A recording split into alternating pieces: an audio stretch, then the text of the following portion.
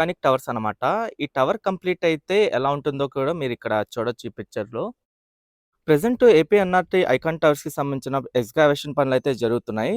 ఈ టవర్స్ నిర్మాణం వచ్చేసి అమరావతి రాజధానిలోని ఈ2, ఈ3, ఎన్11, ఎన్12 ఈ 4 రోడ్ల మధ్యలో అయితే ఉంటుంది.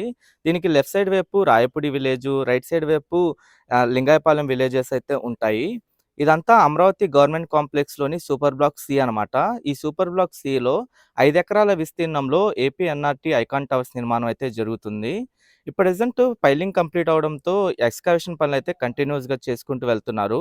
నేను సేకరించిన డేటా ప్రకారం దాదాపు 2,00,000 క్యూబిక్ మీటర్ల వరకు ఎక్స్‌కవేషన్ అయితే కంప్లీట్ చేశారు.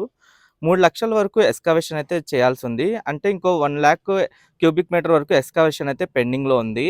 ఆ ఎక్స్‌కవేషన్ మొత్తం కంప్లీట్ అయిన తర్వాత ఇంకా ఫేజ్ 2 నిర్మాణం అయితే స్టార్ట్ చేస్తారు. ప్రెజెంట్ ఫేజ్ 2కి సంబంధించిన టెండర్‌ల ప్రక్రియ అయితే జరుగుతుంది. ఈ ఐకాన్ టవర్స్ నిర్మాణం కూడా ఏంటంటే మెయిన్ ఐకానిక్ బిల్డింగ్ 3 అంతస్తుల పోడియం నిర్మిస్తారు. దానిపైన 2 టవర్లు పక్కపక్కనే 29 అంతస్తులతో ఉంటాయి. ఆ 2 టవర్లని అటాచ్ చేసుకుంటూ